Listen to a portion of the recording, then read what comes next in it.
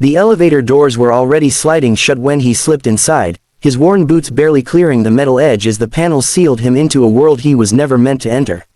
The polished walls reflected a man who looked out of place, dust on his sleeves, exhaustion in his eyes, and a file clutched tightly to his chest like it was the only thing holding his life together. He had pressed the wrong button.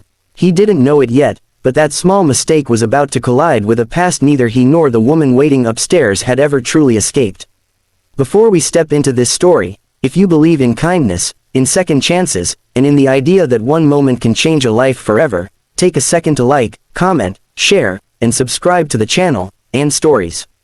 Your support keeps these heartfelt journeys alive. His name was Marcus Hale, and nothing about his life had been easy for a very long time.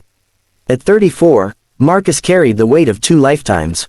He was a single father to 7-year-old Rowan, a bright-eyed boy with an old soul and a fragile heart condition that required regular checkups and medication Marcus could barely afford.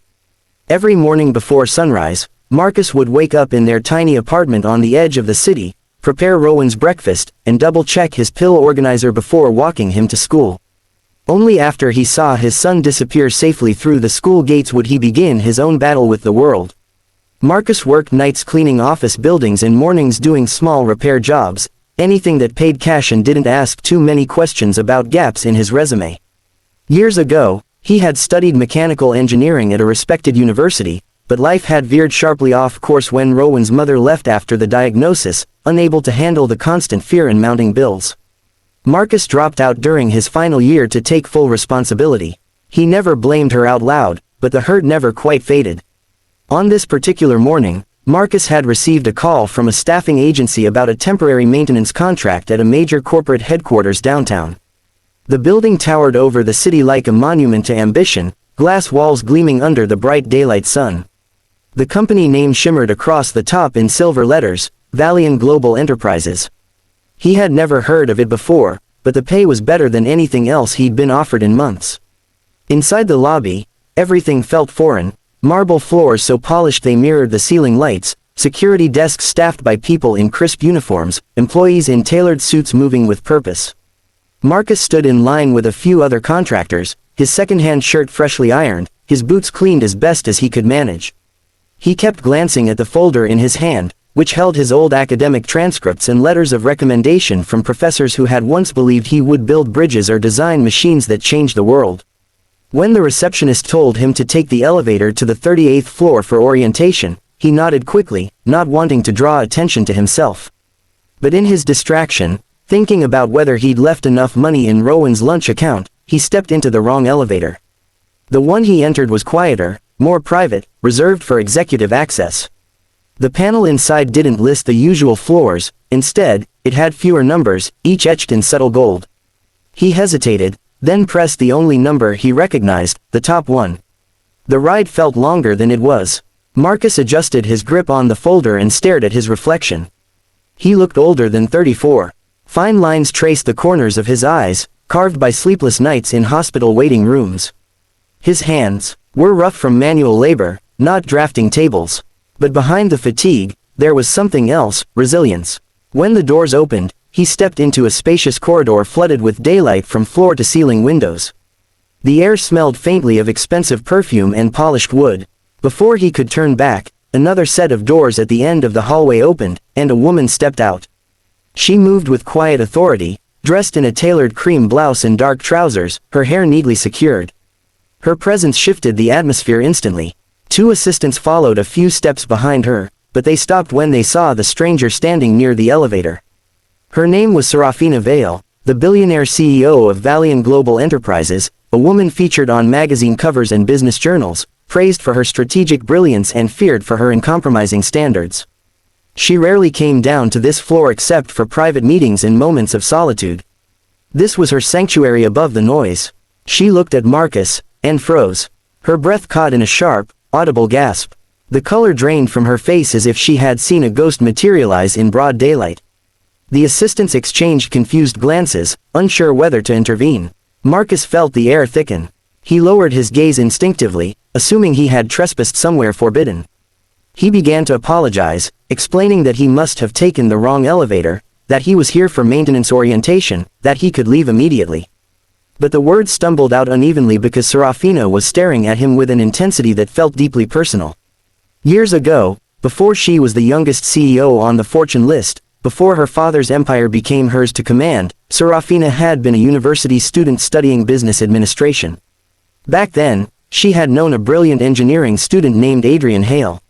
He had a quick smile, ink-stained fingers, and dreams bigger than the skyline. He used to tutor her in calculus when she struggled, laughing softly when she overcomplicated simple equations. They had fallen in love quietly, intensely, but the relationship ended abruptly when her father intervened, declaring that Adrian was not appropriate for the future heiress of Valian. Adrian had disappeared from campus shortly after. She had been told he transferred. She later learned he dropped out entirely. Regret had lingered for years, buried under board meetings and acquisitions. Now, standing in front of her, was a man who looked exactly like Adrian, only older, worn down, but unmistakable. The same eyes, the same stubborn curve of the jaw. Marcus finally met her gaze, confusion flickering across his face. He did not recognize her at first. Time and power had transformed her. But something about her eyes tugged at a memory long sealed away. Seraphina stepped closer, dismissing her assistants with a subtle gesture. She asked his name, her voice steady but softer than anyone in the building had ever heard it. When he answered, Marcus Hale, something inside her shifted. Not Adrian, but Hale. He explained, hesitantly, that Adrian had been his older brother. The word brother seemed to echo in the vast hallway. Adrian had died 5 years earlier in a car accident on a rainy highway, leaving behind little more than a box of notebooks filled with inventions that never saw daylight. Seraphina felt the ground tilt beneath her polished heels. The ghost she thought she saw was not the man she once loved, but his brother, carrying the same blood, the same quiet determination. Marcus, unaware of the storm unraveling inside her, tried again to excuse himself. He spoke about the job, about needing stable work for his son's medical bills. He mentioned Rowan casually, with that unconscious pride only devoted parents carry. Seraphina listened, absorbing every detail. The image of a single father juggling shifts and hospital visits collided painfully with the memory of Adrian's dreams being dismissed by her father's ambition. For the first time in years, the walls around her heart cracked. Instead of calling security, instead of scolding him for using the wrong elevator, Seraphina did something that shocked even herself. She invited him into her office. The office overlooked the entire city, sunlight pouring in across a massive wooden desk. Marcus sat on the edge of a leather chair, feeling painfully aware of the dirt that might still cling to his sleeves. He expected questions about plumbing systems or air filters. Instead, she asked about his education. When he mentioned leaving engineering school, she leaned forward. When he spoke about Rowan's condition and the nights spent calculating whether he could afford both rent and medication, her composure wavered. Seraphina walked to a cabinet and retrieved a thin folder she had kept for years, a collection of letters Adrian had written but never sent. In them, he had described his younger brother as fiercely loyal, brilliant with machines, someone who fixed broken radios at age 10 and built a working go-kart from scrap metal. She had kept those letters not out of obsession, but because they reminded her of a time when life felt simpler. She realized now that perhaps fate had not brought her Adrian back, but it had brought her a chance to honor what was lost. Over the next hour, something extraordinary unfolded. She asked Marcus about the ideas he used to sketch in the margins of his textbooks. At first, he hesitated, embarrassed. But slowly, as if dusting off an old part of himself, he described a cost-effective cooling system design he once imagined for low-income housing units. His hands began to move as he explained, eyes lighting up despite himself. Seraphina saw not a maintenance worker, but a mind that had simply been buried under survival. By the end of that meeting, she had made a decision that would ripple far beyond that glass tower. Instead of offering him a temporary maintenance contract, she offered him a position in the company's innovation department, starting as a technical consultant, with the condition that he would complete his degree through a program the company would sponsor entirely. Marcus thought he had misheard her. He blinked, speechless. No one had ever handed him opportunity so directly before. He had fought for scraps for years. He asked why. Seraphina did not mention Adrian's letters or the regret that haunted her. She simply said that talent should never be wasted, and that sometimes the wrong elevator takes you exactly where you need to go. The months that followed were not easy. Marcus juggled classes, work, and fatherhood with the same relentless determination he had always shown. There were nights he studied after Rowan fell asleep, textbooks spread across their small kitchen table. But this time, exhaustion felt different. It was no longer hopeless, it was purposeful. Seraphina kept her involvement quiet, refusing to let gossip reduce his success to favoritism. She demanded excellence from him the same way she demanded it from everyone else.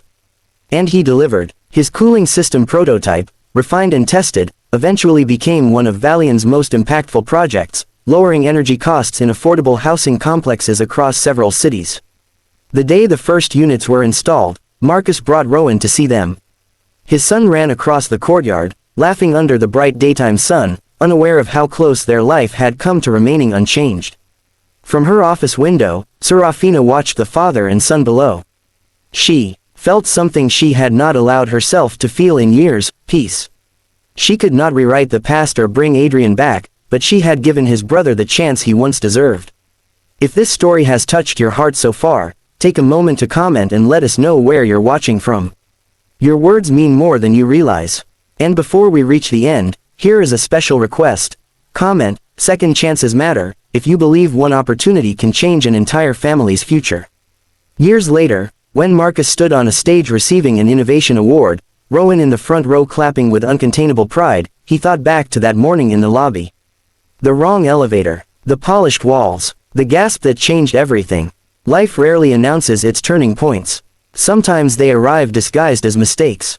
If this story moved you even a little, if you felt the weight of Marcus's struggle or the quiet redemption in Seraphina's choice, please like, share, and engage with this video. Stories like these remind us that compassion is powerful, that no one's potential should be dismissed, and that even in the brightest towers, humanity still matters. Because sometimes, all it takes is one open door to rewrite a destiny.